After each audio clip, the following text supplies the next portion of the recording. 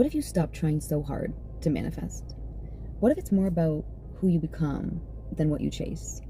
Now, stay with me for a moment. A lot of people get hung up on one thing. Where's the proof?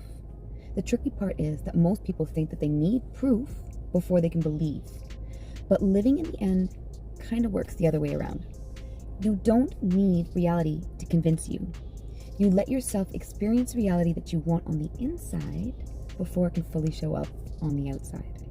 And that doesn't mean pretending. That doesn't mean being delusional. It just means intentionally tapping into the feeling of already having what you want. And maybe that's for 30 seconds. Maybe that's for a minute. Maybe longer. But for those moments, you let it feel real. You feel the security. You feel the love. You feel the confidence, the peace, the fulfillment. And instead of focusing on not having it, you connect with what it would feel like to actually have it. Then comes the part that a lot of people overlook: detachment. Not because you don't care, but because you stop needing constant proof that it's on its way.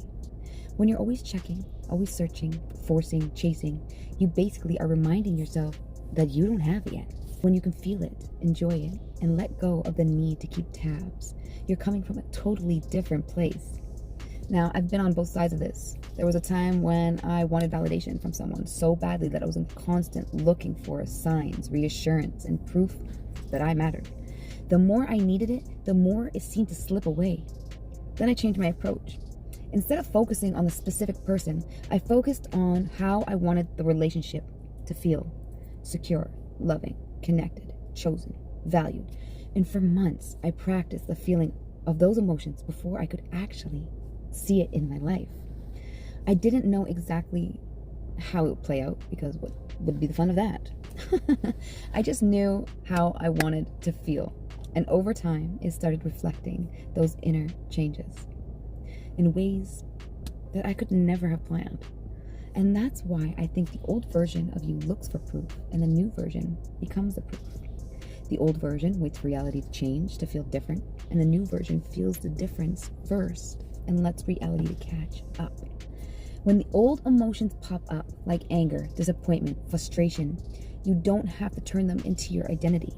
You can notice them and then shift your focus. You can come back to the version of you that already knows what they deserve. Because the reality you experience is often shaped by the state that you keep returning to. The old version chases, the new version trusts. The old version reacts, the new version redirects.